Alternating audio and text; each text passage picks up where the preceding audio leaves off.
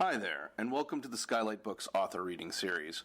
If you'd like to learn more about us and our many upcoming author events, please visit skylightbooks.com, where you can browse our inventory, buy books, and join our Friends with Benefits Club. You can also follow us on Twitter, Tumblr, and Facebook. To speak to a real live bookseller like me, please call 323-660-1175. Thanks for your support, and enjoy. Katharine Coldiron, whose work has appeared in Miss, The Washington Post, The Times Literary Supplement, LARB, The Rumpus, and many other places. Her novella Ceremonials is forthcoming from Kerpunkt Press in 2020. Find her at... It's here. It has forthcome. You can find her on Twitter at Fairy Frigida. Christopher Higgs lives in Los Angeles with his wife and son, where he teaches narrative theory and technique at California State University Northridge. Welcome them.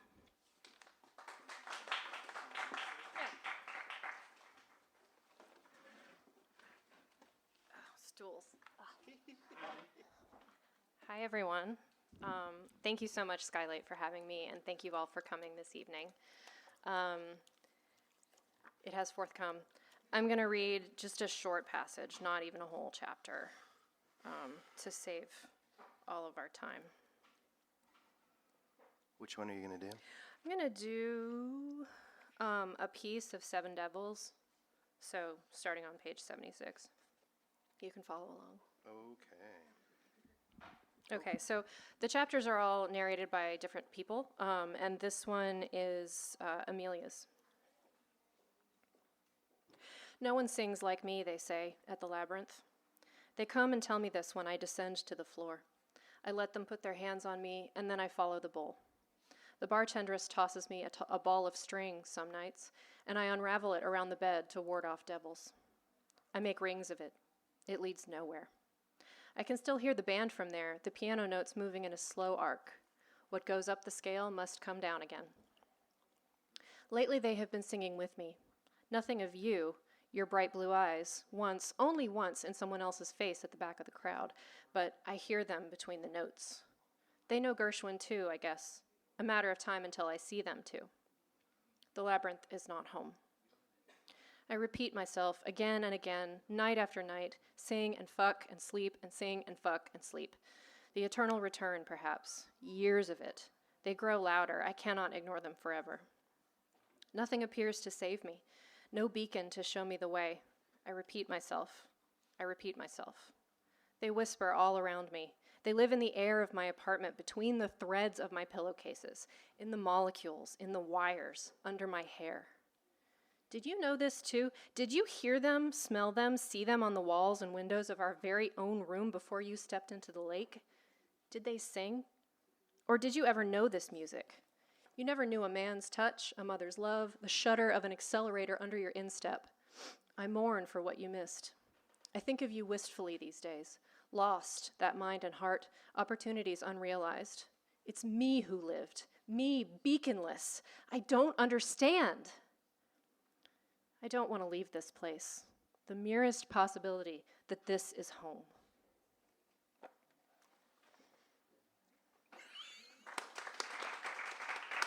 Thank you. Oh my gosh. Okay, well listen, I had a plan, but I'm going to throw it out. Why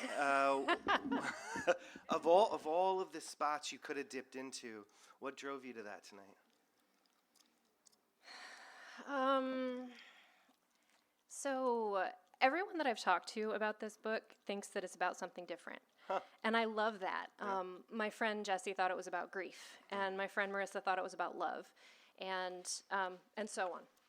I don't remember what you said you thought it was about. About 120 pages. But for me, what it's about is home. Oh. That's kind of the heart of it for me. Oh, yeah. And that doesn't mean if you read the book that you have to, oh yeah, totally. It's more just, that's the way that I wrote it. And so this chapter, more than any of the others, invokes home as an idea. So. Interesting. That's where home is? Well, it's the next, there's this italicized, I can read it if you please. want. Okay. So, I just have to read the whole next 2 pages, I'm sorry. That's all right. Okay.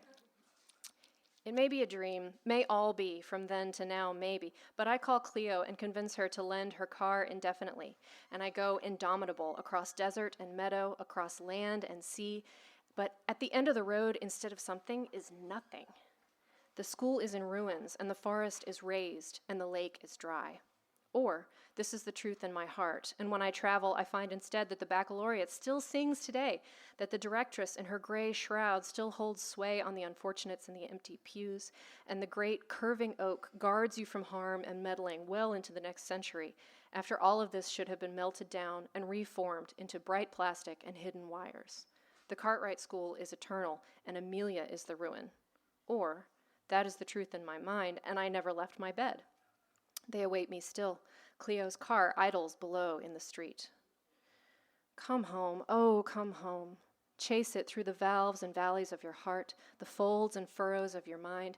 Chase home, chase family, chase what lies behind you until you find the past on its ground, and all the paths through the forest decay to nothing around your deathless heart. See what is real. Under your fingers, through your pupils, light striking the rods and cones and projecting the truth as it exists in the ephemeral now, directly on the tissues of your brain. Perception's rot can follow in its own perpetual chase, but in the meantime, for that sliver of a life, you will have seen it.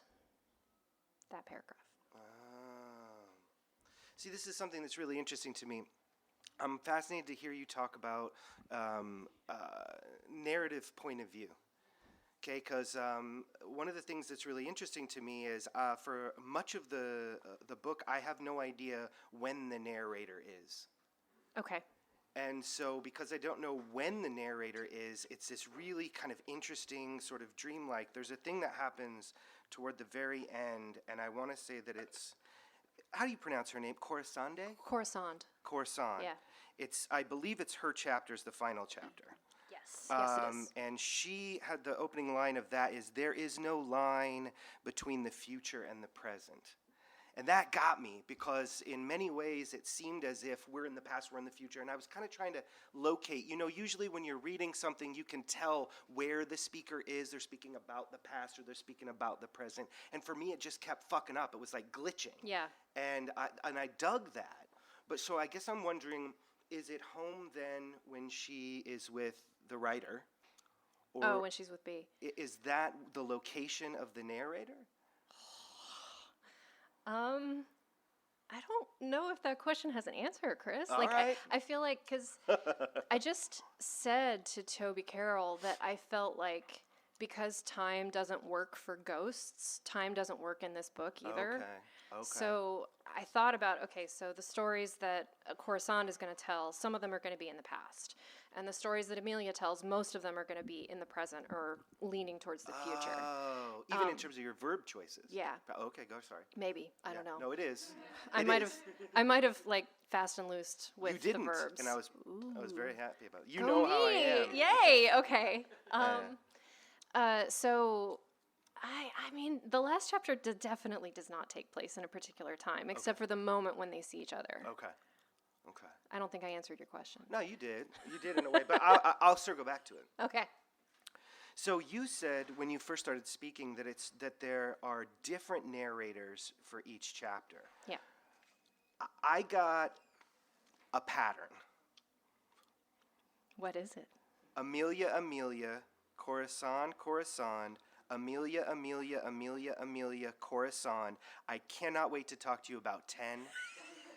Because I think 10 is a chorus, like a Greek chorus of like ghost chorus. Yeah. So we got to hear about that right. Everybody needs to read at least that part before you leave tonight. And then Amelia, and then Corisande. Am I wrong? What did I miss? You Are there didn't miss other? anything. No, the idea is that, I mean, for some people, a book that is narrated by 3 different narrators is crazy. Oh. For you, that's like whatever, but Okay. yeah. Okay. So, now I've already brought it up, so now's the time. Talk to me about 10.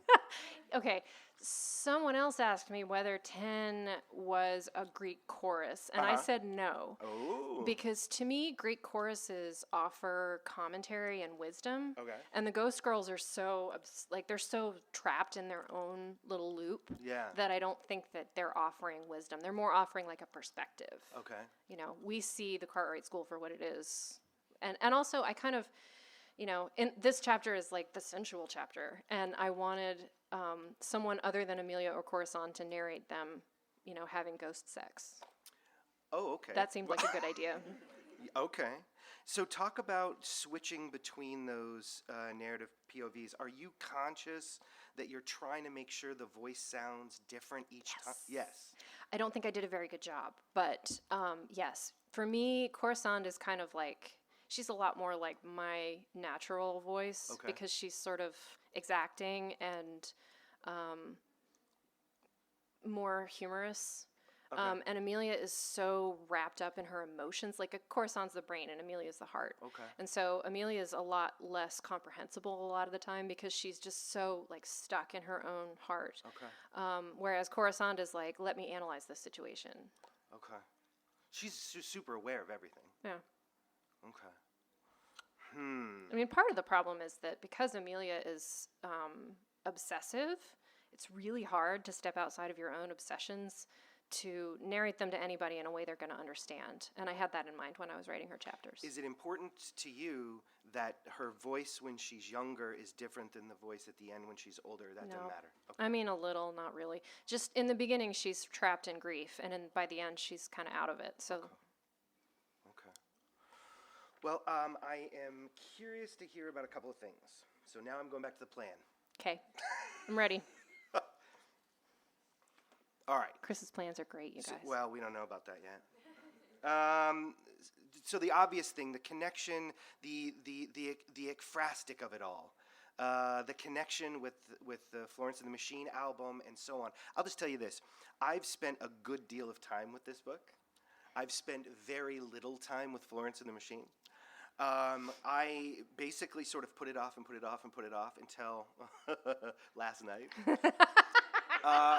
And honestly, I honestly didn't even want to listen to it last night, but I forced myself to do it. Oh, that's so funny.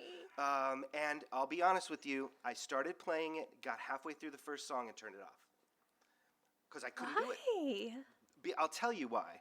Because I had this, I built this whole idea about this book.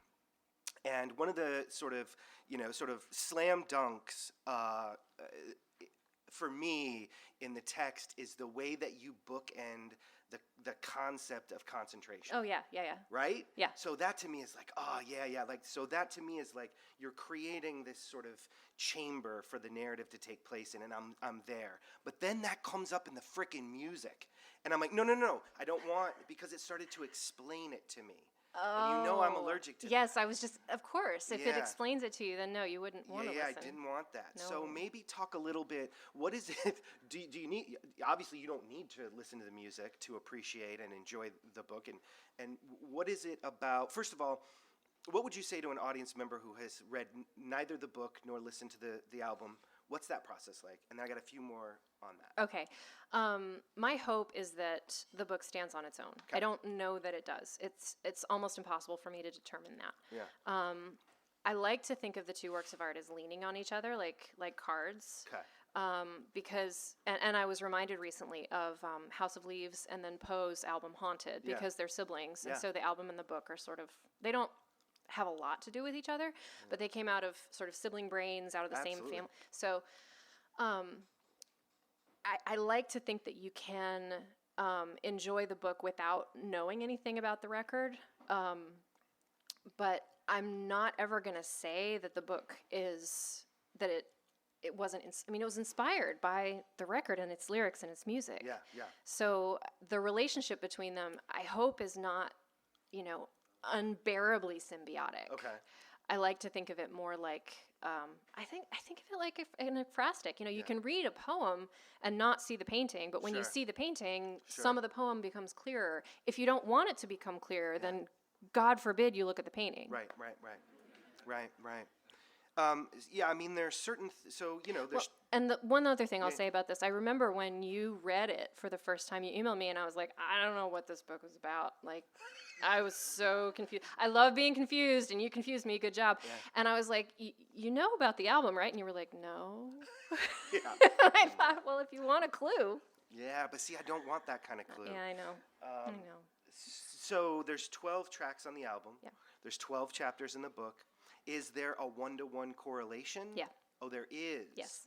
Okay, so in terms of sort of structuring, you were taking it piece by piece by I was, piece. yes. Okay. Are these characters, because again, I have to plead ignorance, are these characters part of the album, or did you conjure them up? No. I heard kind of ghosts and a school and death and love and betrayal and all this stuff in the album, and so I made up this story to go along with it. Okay. Because I was telling a buddy about this, and he was like, "Oh, is it kind of like one of them 33 and a third books?" No. No. It's not a direct. That's weird to talk about. It is a direct engagement. Yes. It's not a critical engagement. No, It's more of I mean, I feel like 33 and a third is more analysis. Yeah. And this is just like I'm making a gesture like something is growing out of my head for those of you listening to the podcast. Yeah. Okay, so it is important to you to keep some kind of, I don't know is it fealty? What's the right word that you want to be sort Not of fealty, affinity for sure. Affinity. Okay. Yeah. Okay. Fealty, I think, is not. Okay.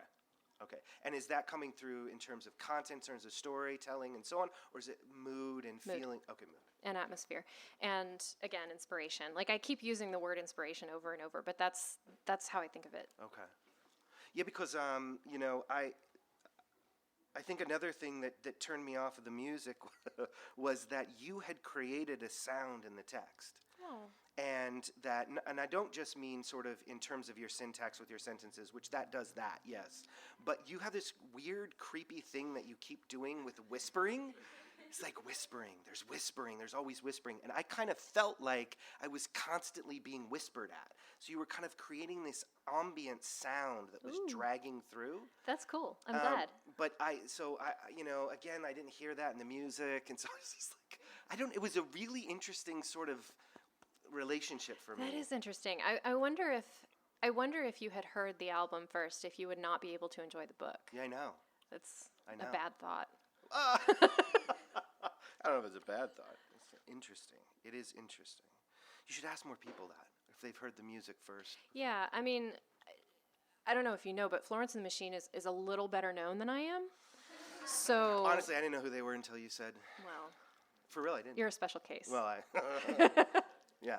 So. Yeah. Caitlin knew my wife knew who they were. Yeah. Okay. All right. Oh, goodness. There's a few different interesting things.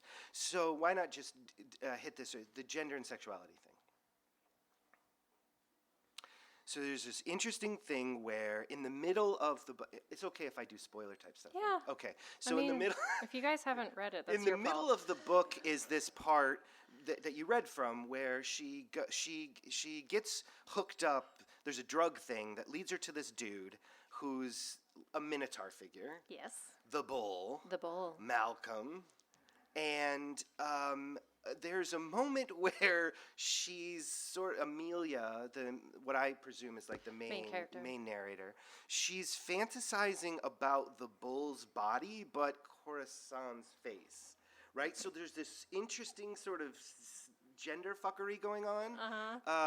And then later it's mirrored again because she takes this job. She needs some dough, so she takes a job like typing. Just typing. Just type. Somebody sends her manuscripts and she types it up. And then she's working for this person that she thinks a dude called B something or other. B. Wasserman. B. Wasserman. And so she presumes that it's a dude, and she sort of calls the writer out because they wrote a book that was like, I don't know, the female character wasn't believable or something. So they meet up, and then they sort of hook up. And it's a woman, it's not a dude. So there's like this really interesting like messing with expectations of gender, messing with desire and gender.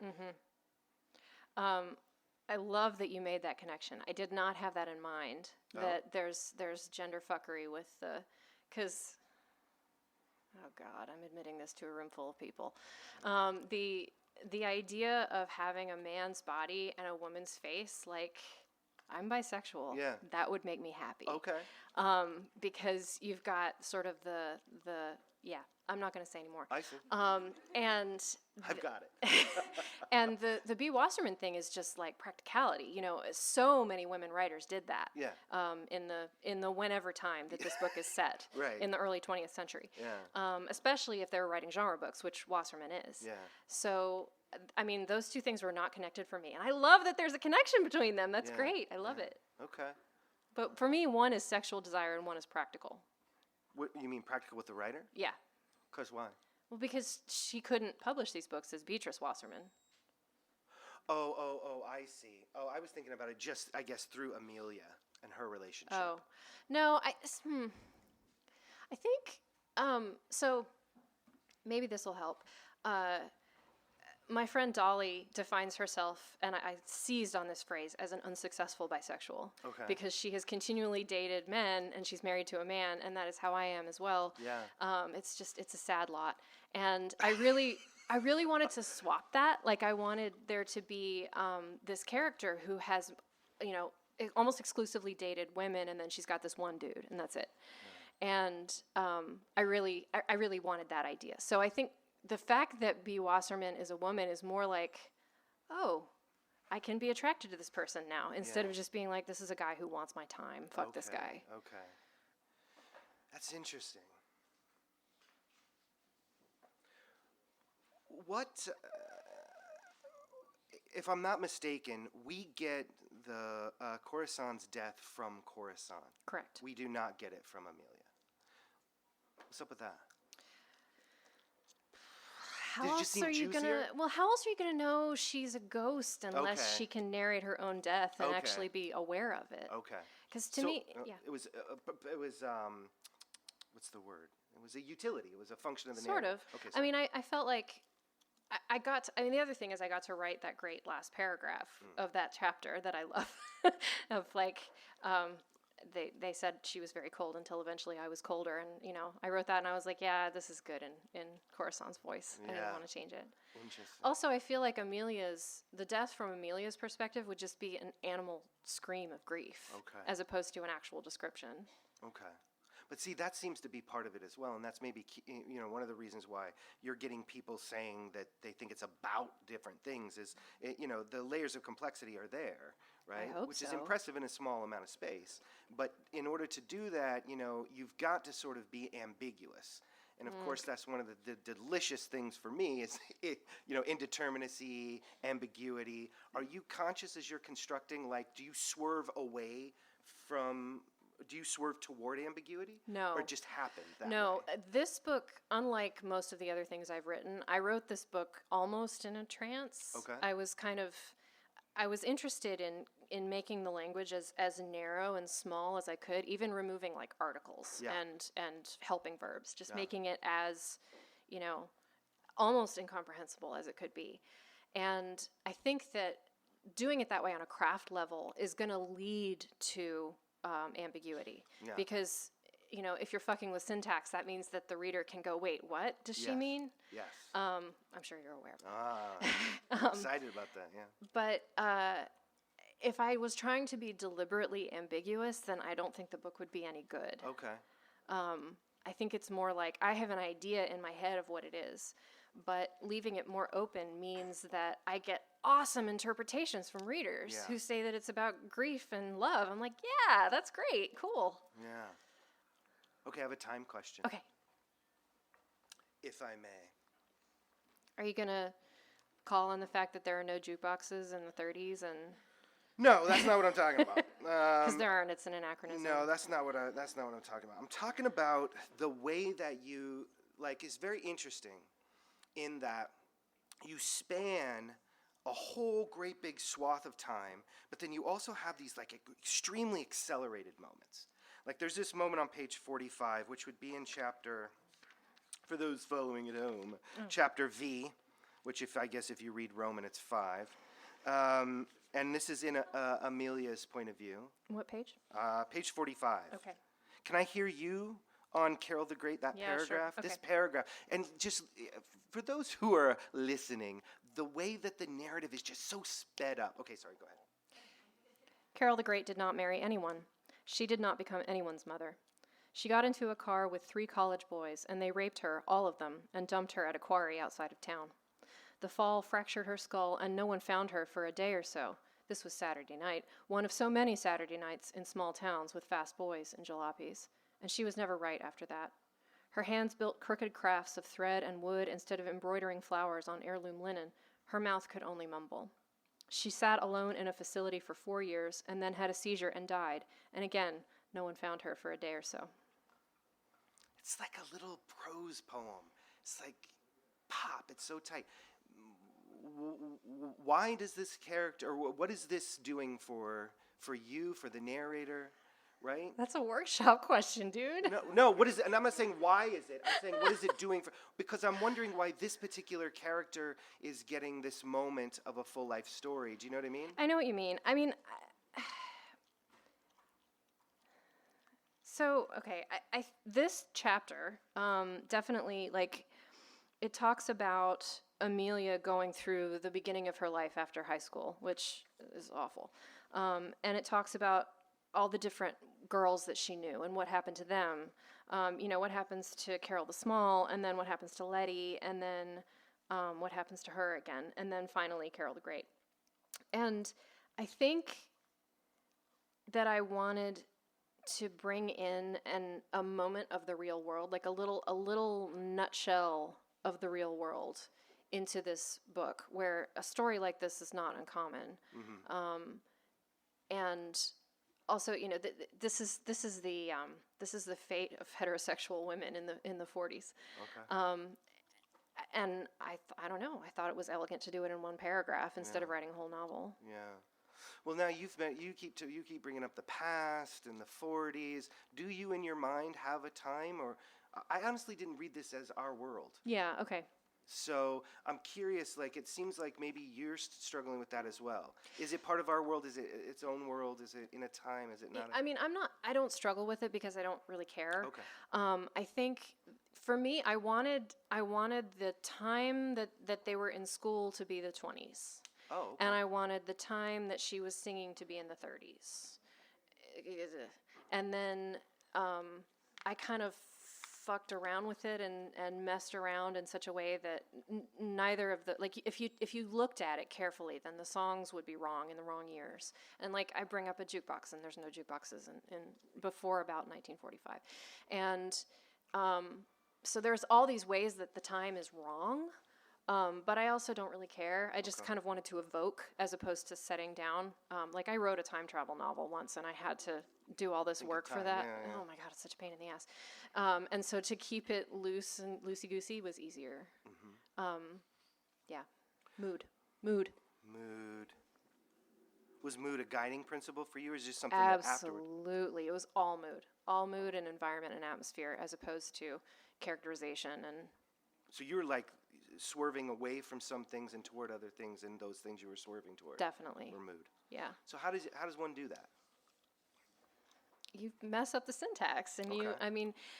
and the thing that I kept doing was I kept the music at the very front of my head while I was writing, and I thought about like the harp and the sort of tinny piano and the sound of Florence's voice and all of these textures of the almost synesthesia, to kind of try and make the textures of the book or the textures of the album become the textures of the book. Oh, okay. I like the idea of it not being our world, because I had this vague idea that the school was in England and then the city is in America, and then is it New York or Chicago? I don't know. So I like the idea that it's just sort of an amalgam of that instead of being definite. Yeah.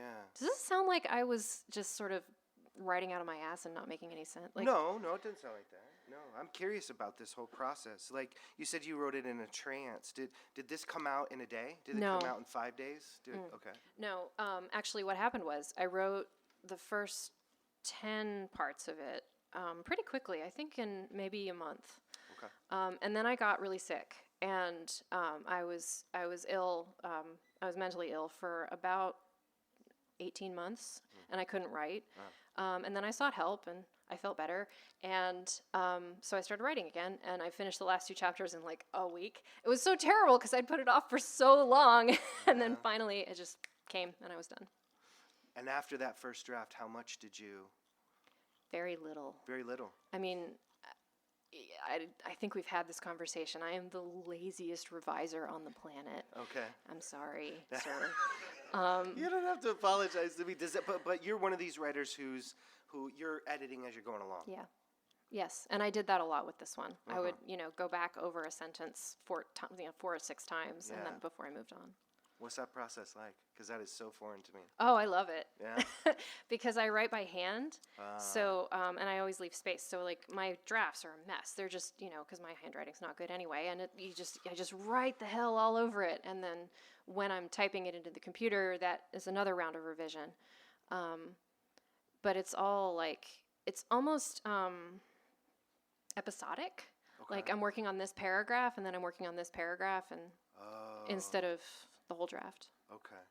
So when you're in that process, you're in that moment. Are you balancing the entire narrative? You're balancing the album. You're balancing all that, or you try to tunnel vision and just focus on what you're doing, and how that sort of works. It works. Both. Oh, okay. I know that's a dangerous way to write. I think it's not a process that I would recommend to anyone, because it's not guaranteed to turn out good work. And sometimes my result will be really bad, and I won't want to go back and revise it because I haven't developed the skill to revise. Yeah, well. But you've been at this writing thing for a while. Yeah. This is the first book in print, but it's not the first book you've written. No, it's probably the 6th. Okay, so give us that, like, how does this fit? What does it feel like to have the 6th book be the one? Well, I've said to a lot of people and on Twitter that I never imagined this would be my first book. Never in a million years. When I started writing this, I was writing it for me. Yeah. I was writing it because I wanted to see if I could. And I was so in love with the album, and I wanted to write a tribute to it. And I had the fact that it's not only not private, but it's the first book I've sold, and that people seem to like it is what? Yeah. I can't believe that, because I wrote a very marketable urban fantasy novel. I wrote... Nobody wants that. I've written a really good proposal for a craft book that is it's a good writing craft book. I wrote a horror novel. Like, I've written these books that you would think that I would be able to sell, but no, this is the one. What? Why? And I don't know. that's in part just luck, right? It is 100% luck. I complained about it on Twitter and was solicited by Kern Punkt, and that's how it... you're laughing, but it's true. That's how it happened. Wow. Social media works. It does. Wow. So you had no relationship with them beforehand? No. No. But they're lovely. I love working with them. I don't know what our time is. I don't know how... I mean, I'll be here forever. Okay, well... We've been talking for about 35 minutes. Okay, well, I don't know when you want to let others ask questions, but I have a few more textual ones, and then I have extra textual ones. Awesome. I'm ready. You want textual or extra textual? Do you guys want to hear both, or do you want to hear one or the other? Both? Okay. You're still in the hot seat. All right. Buy stuff. What? Oh. He has a note that says buy stuff in Buy the front stuff. of the book. Bisexual stuff. Anyway. I got it. Yeah, I know. Okay, so haunting. Yeah? Yeah. There's a way in which, if you're writing about ghosts, it can get corny. Right?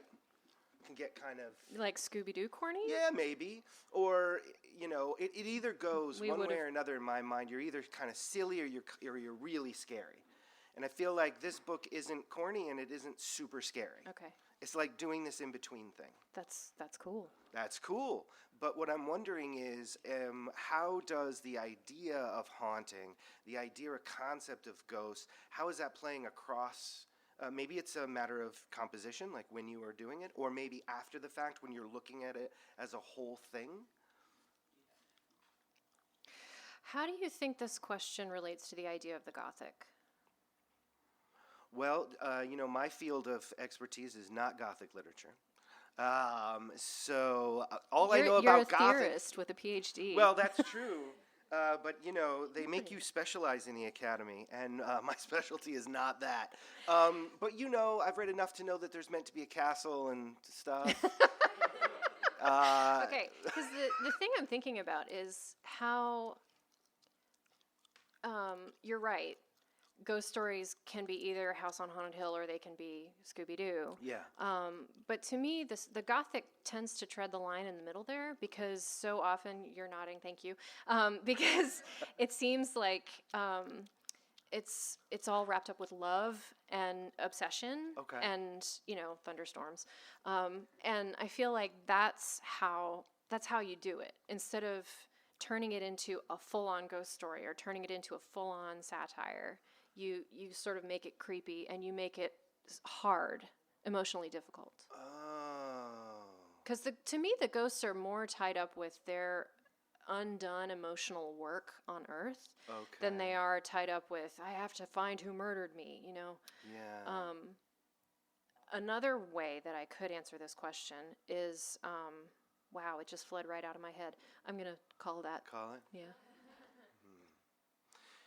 Yeah, I think, especially when we get to that chorus, or what group of ghosts? Yeah, I mean, chorus is easiest. Okay. Greek chorus, I think, is technically incorrect. Yeah, not Greek chorus, but more of a kind of, it read to me as it's a first person plural. We this, we that. It's the only one that does first person plural, right?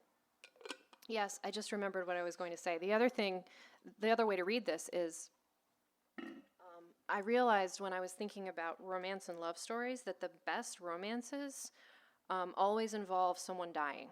Okay. Like Wuthering Heights and Titanic, and all of the sort of eternal romances. One of them's got to die. Okay. And I came up with the book with that in mind. Like, what would happen if you had this ideal love affair and it ended because one of them died, but then she didn't really, she's still around because she's a ghost. And again, I'm being spoiler all over the place, but she kills herself. True. With the rocks and the... That's an interesting thing, because we don't get much backstory. So that seems to be an omission in the text that's contributing to more of this ambiguity, yeah? Oh, you're looking around. No, I'm looking at Matt because this is like... Blaming the husband. Sorry. No, he knows that I've explained this to two different people, and it's... No, it's not that. It's to me, there's a shadow story in the book that I thought of but didn't put on the page. Good, yeah. And so if people figure that out, cool. I don't want to give it away. Okay. But Corisande kills herself for a reason. It's not just because she wants to or because she's a teenager. Okay. That's good. It's interesting. I think people dig here in how writers are processing when they're composing. You know what I mean? Mm-hmm. I think it's really interesting to think about the choices you make, and why, not necessarily why you're making those decisions, but what those decisions are going to end up doing for you. And so, it's interesting to me that's absent. That absence is a presence, and that presence is interesting because it helps contribute to this overall thematic. That's my opinion. Yeah. I feel like when that secret is explained, because the two people that I've explained it to have both gone, oh, and I think they're happier knowing that, but I do think it takes away from the mystery of the book. Yeah, I don't want to know. So I'm happier just sort of letting it be off the page. Good. If you want to know, you can email me. Yeah, I don't. I really don't. Let's see. So, okay, one last thing that I really wanted to hear you, and again, it goes back to that, listening to the album. I don't want to hear about the album and how this other lady says something about concentrate. Why concentration? Because the album. God damn it. I'm sorry. I'm so sorry. Is it? Because that, to me, that opening track sets the mood for the whole record. Okay. And I wanted that track to set the mood for the book. Okay. And I have no idea why whoever it is in the song tells the singer, she told me I should concentrate. Okay. I'm like, why? Yeah. And so in the book, the answer is because if you want to see a ghost, you have to concentrate. Yeah. So that's my answer. Yeah. And I think that's why it's such an important touchstone in the book, is because the book is about ghosts. But yeah, it works like a tent pole, because there is Yeah. it's closer to the end, but it does get explained, the idea of concentration needing to have something to do with the ghost situation. All right, extra textual question. Ready. You've talked about Gothic. Obviously the phrastic thing, but what do you maybe it's a matter of not in the composition process, and maybe it's now in retrospect, but do you feel as though you are writing into a particular literary history?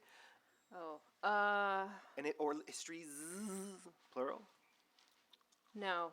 I'm interested in being part of the conversation about where the novel is going. Okay. Because, I mean, you know what that conversation is like. It's hilarious.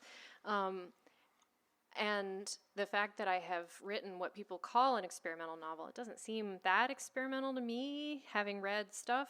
But I'm sorry. But I'm excited that I'm able to kind of write what seems like it's a, what's the word for that? Like country pop or punk pop. Crossover. Like a crossover book between something indie and something a lot of people are going to be interested in because of the Florence connection. Okay. I think it would be very arrogant of me to say that I'm writing into a tradition. I think that my book is bisexual literature, which is important to me because there's not a lot of it. There's not a lot of it. Yeah, it's mostly queer Yeah. or straight. So I'm happy about that. I don't think I'm saying anything new about the Minotaur. Yeah. He's hot and sexy. No, I'm sorry. No, you don't have to be sorry. I mean, I also don't think it's a matter of arrogance to sort of situate your book in a particular lineage. You know what I mean? I think my next book is more like that. The essay collection is more like I'm calling on Degata and I'm calling on John Haskell. Yeah. And this one is more like I just made it up out of my brain. Okay. And heart. And heart. All right, well, I have loads of other things, but probably other people do too. Okay. Those of you who ask a question will get a prize. Ooh! I have brought copies of a zine called How to Be Cool. I made it with my very own hands. Nice. And I have enough of them that you all get one if you ask a question. So anyone who asks a question will get a copy. Do I got to give somebody the microphone? Do we know what the protocol No, I'll repeat the is? questions. No? Okay. We'll repeat the question. Okay. Question. Make it hard. Yeah. Yeah. Well, I'm struck by, I was just reading a feminist article in LitHub about mental health memoirs, and I'm just wondering what you think of them as a genre and what you think of them in terms of any terms at all. Okay, the question was what I think about mental health memoirs. I have not written one. I have read quite a lot of them. I think that the best memoir calls not just on a singular experience, but on something that's going to help a lot of people. My friend Erin Carr's book, Strung Out, is coming out, I think, in 2 days. And she writes about how her mental health struggles as a teenager led her into heroin, even though she was from, a kind of family that would never, she was like rich white girl kind of stuff. And she started doing heroin when she was 14, and it's just bizarre. So I think that her story resonates because she has mental health issues that a lot of other people can relate to, even though her own story is unique.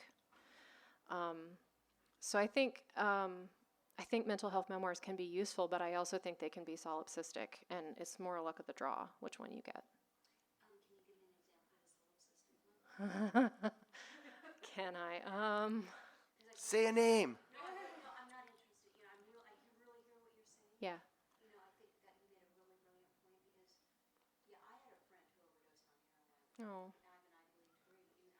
And when I heard that, I thought, Yeah. and so I think that story is like so needed to hear, and I really get it. I really get what you're saying. So, but I do get, you can write really solipsistically. So, like, share some, just give me.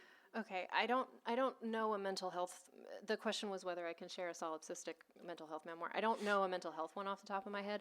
I just recently read a book called Blood by Alison Moorer that I thought was a failed experiment because I thought she didn't go far enough outside of her own story to relate it to anything else around her.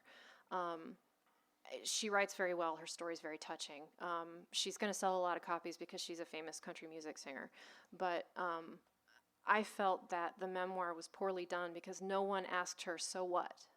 You know, you have to have a so what in memoir. That's like so, that's so smart.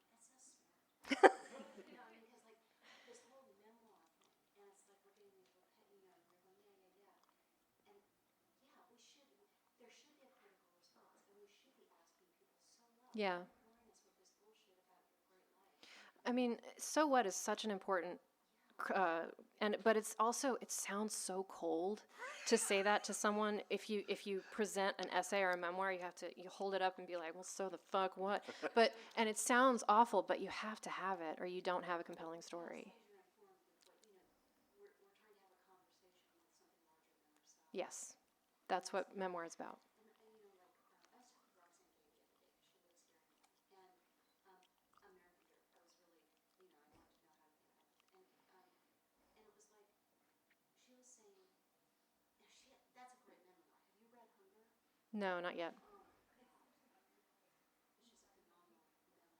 a phenomenal memoir. It just really rocked my life. But she said everybody has the right to write a bad book. Getting death threats for writing a bad book. Uh-huh. But there should be some critical apparatus. Yes. Somebody somewhere saying what we should be focusing on and what we should be paying attention to. And like until you just said that right now, I wasn't really thinking right about this whole memoir junkie. Yeah. The last thing I'll say to that is you're speaking directly to my heart because I've been a book critic for the last 2 years, and it's. Where? I mean, are you within any? I don't have a column. I'm freelance, and I'm kind of shutting it down now while I work on this. But to me, the gatekeepers are problematic but incredibly necessary, and I think part of that is the ability to assess whether a memoir is good, whether it's solipsistic, whether it's like Blood was an interesting case because it was like it told a good story, but it didn't go far enough. So. Yeah, other questions?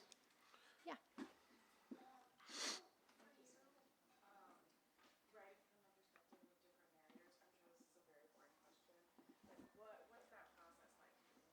There are no boring questions when you're sitting in this seat. The question was what the process is like of writing different narrators, right? Okay. For me. I try to think about what drives each different narrator. Kurt Vonnegut said every character should want something, even if it's just a glass of water. The biggest problem I had in writing this is that Amelia didn't want anything. She just wanted to be with Corisande.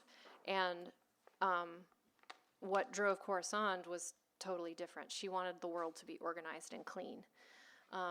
So it was very challenging to come up with a way to get Amelia to have wants and needs because I wanted her to be just passive and floating. But that's the short answer is by figuring out what they want and hearing the voice of what they want and that secret sort of inner voice of what they want and what they need. Other questions? Yes, Molly. So I'm really interested in kind of the process of the beautiful artwork that accompanies your incredible language, and one of the best things about the book is just how evocative the writing itself is, and how you what was the process of, do you have some concept of the art that you wanted, or did you work with the artist? What was that like? How was that back and forth in terms of choosing things? Okay. The question was about how the art came to be and how the art was chosen. Unfortunately, the answer is really boring. My editor asked me to look at a few different Instagram accounts of artists and see if there was anything in there that I thought would be good for a cover. And from the beginning, I wanted illustrations because if you haven't read the book, it's very short, and I needed to pad it out to book length. So that's part of why there's creative spacing and we have illustrations. It's still worth your money. And so I found this Instagram account of Mariana Magana del Leo, and the cover was the first image I found of hers, and it was so beautiful. I kept looking, and I chose the illustrations that most seemed to speak to the book. And my editor acquired them, and that was it. and I had nothing to do with it. And I was like, this is where I want each illustration done. No. Oh, thank you. She said it almost seems like they were created for the book. I think that I hope that that's the impression it gives, but it's not true at all. She drew them and I chose them and that was it. Other cues. Can I follow up 2 of the questions? Yeah, of course. So the mental health question, Yeah. you even discussed mental health issues. How's that play out in the book?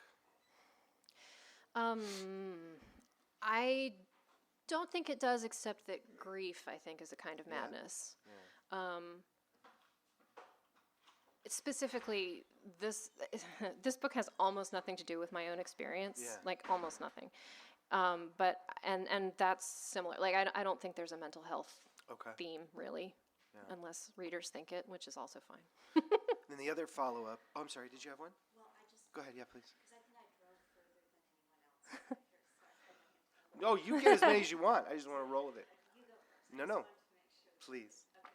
So I'm really interested in this search for narrative form. And if we're living on a planet that's barreling towards extinction, and there can't be a logistically happy ending any longer in a story, what should we be searching for? Is there any narrative arc? Is there any search? In my book or in all books and in life? Just as a critic, Oh. I'm asking, yeah, you don't have to speak for your book, but you're in a novel search if you experiment in fiction. And do you think in aspirational terms, goals or any kind of, do you feel the experiment is verging in a certain way? And I think, because I find it a very interesting problem, and I agree with you, a story has, you owe someone a story that people understand. I mean, you can't be so alienated and evasive not to give someone something cohesive in a form, right? But if you can't have a happy ending, maybe you can't have a narrative arc. What can you do if you're a modernist and you're sitting on the edge of the cliff and you're trying to decide where the narrative future is? I mean, what can you do? Or you can answer his question. Oh, no. Oh, no. I can't wait to hear this. That was a very good question. You got to repeat the question. You got to repeat it into the... yes. So, okay, I think the question is about how we find meaning in art on a planet that is, well, I think the human race is barreling toward extinction. The planet will be fine. And whether the answer is to seek more experimental forms. Is that close to what you were asking? Well, I look at a lot of experimental fiction, and what I've been able, as a careful reader, what I've been able to discern is that we can't, it's false to be given a story with a happy ending. It's a false narrative, it has a false ring, it lacks the edge of modernity we need to live our lives. There is no church to the story. And so it's our duty, each generation, to render a story Yeah. that will speak to our mark on earth. And it's a genuine story, and always voice makers that can find that, and it's always new. Okay. And so the people who seek that are, they're in a noble pursuit. And I think that we can't have a happy ending to the story. That's not realistic. And then some people don't even believe in narrative arc. So the thing you're dancing around in my mind is whether Joseph Campbell's ideas are still valid in a moment when postmodernism is not absurd enough to cover our actual lives. And I think that old kinds of stories have a power that is absolutely impossible to deny. I can't get enough of Star Wars. I can't. I can watch it all day long for days on end. Does that mean that I can't also enjoy Maggie Nelson? Of course not. I think that some experimentalism is peacockery and masturbation. I think that some experimentalism is brave in trying to help us understand the moment that we live in and our brains in that moment. And I'm, as a writer, trying to find a way, as opposed to thinking that I have answers or thinking that I'm forging something noble and brave. I'm interested in language. I'm interested in how people think and how that thinking is changing. Beyond that, I have no idea. I don't know how we capture this moment. I think in comedy is the best way, honestly. Sorry. That's a huge question. And I think I gave a little tiny answer, and I'm sorry. No, and I'm going to make you feel better right now. Bret Easton Ellis gave a story that angered a lot of people. A lot of people thought, that's brilliant, that's what we're going. That was my generation. Mm-hmm. And it was very clear to us what he was saying. And it was very clear why people didn't get it and why they hated it. And I think every generation has that, or searches for that moment. I mean, I tend to disagree because I think, I'm interested in this sort of new sincerity, the postmodern of late Wallace and Saunders. So I tend to reject the rank cynicism of Ellis, but I think we could go on with this conversation forever. And I want to know what Chris wanted to ask. Well, I'm interested in hearing you talk about that. I don't suspect that one sits down and says, "I will write an experimental novel," or does one? I mean, I have. Have you? But I have failed a lot. Okay. So what does that mean when you're working on Ceremonials? It's not in your mind like, I'm gonna be experimental. It is in your mind. No, it was not in my mind. It was the way that I felt was best to tell the story was by skipping narrators and shaving off the language. Okay. But I also don't think that this book can change the world. I mean, I don't think that's the point of this book. Well, you had brought up being a critic. I wasn't going to bring that up unless you brought it up, and you brought it up. So how does being a critic influence you being the criticized?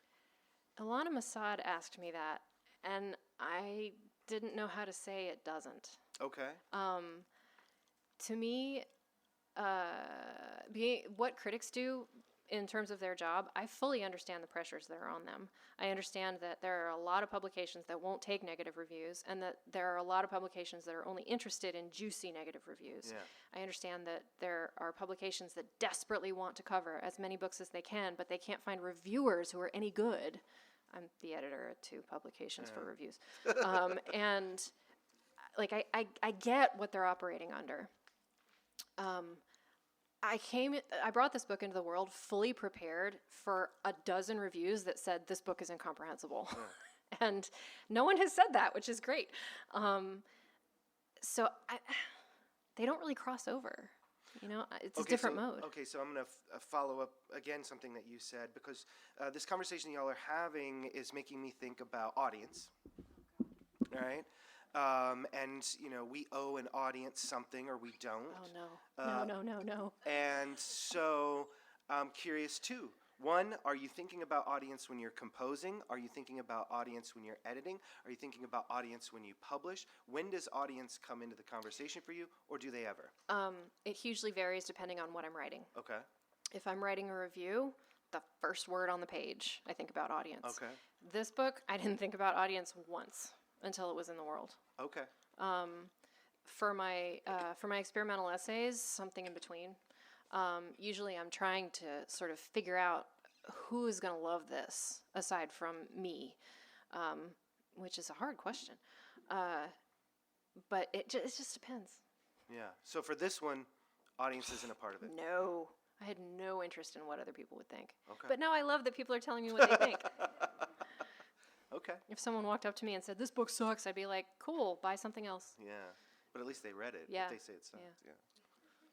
Questions? Yeah. Don't be shy. You get a little book. Yeah, you get. What was it?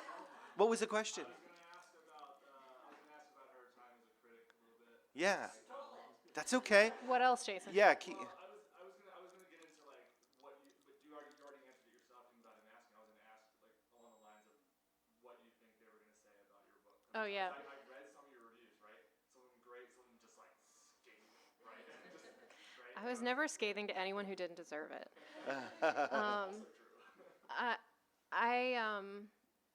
I thought that people would think it made no sense.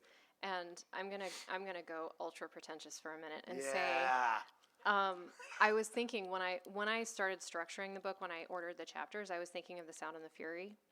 Because if you've read The Sound and the Fury, the first chapter makes no sense, and then the second chapter makes a little more sense, and then the third chapter makes more, and then the fourth part is like just basic prose. Yeah. So I was thinking about how Amelia at the beginning is so trapped in grief that she makes no sense. And eventually the book gets more comprehensible until the 10th chapter is like super easy to read. Yeah. But I understand how a lot of people start The Sound and the Fury and they're like, what? And they never finish. Right. So I was expecting that. Interesting.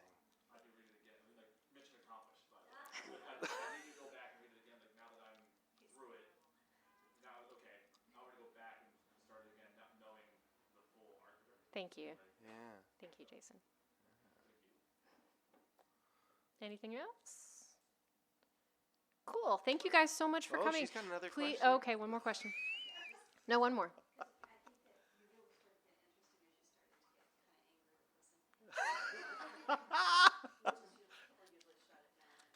Oh no! I don't like yelling about Bret Easton Ellis because there are people who are paid much better than I am to do it. Okay, but there's a place in this world for cynicism. Of course. There's a place in this world for sincerity.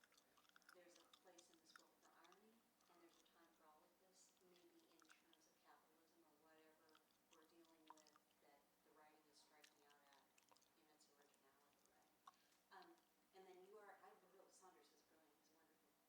And what was the other author you said? Late Wallace, David Foster Wallace, but not early Wallace. But Saunders is wonderful.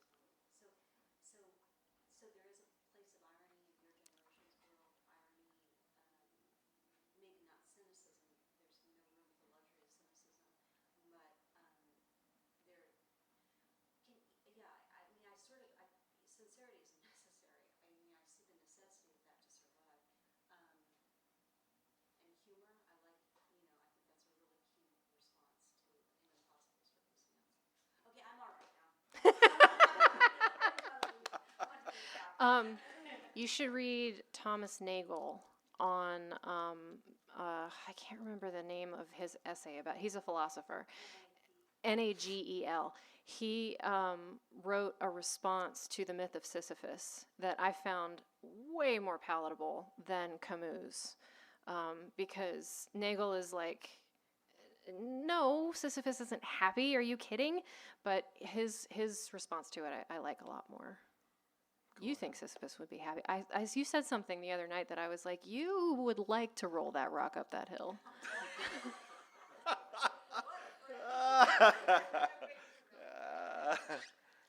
Maybe. Okay. Thank you all for coming. I will be signing, so please come up with your books if you have them. Yay!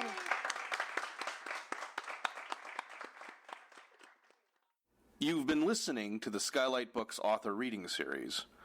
Don't forget, you can listen to this and all of our other great podcasts at skylightbooks.com. Thanks again for stopping by, and we hope to see you soon.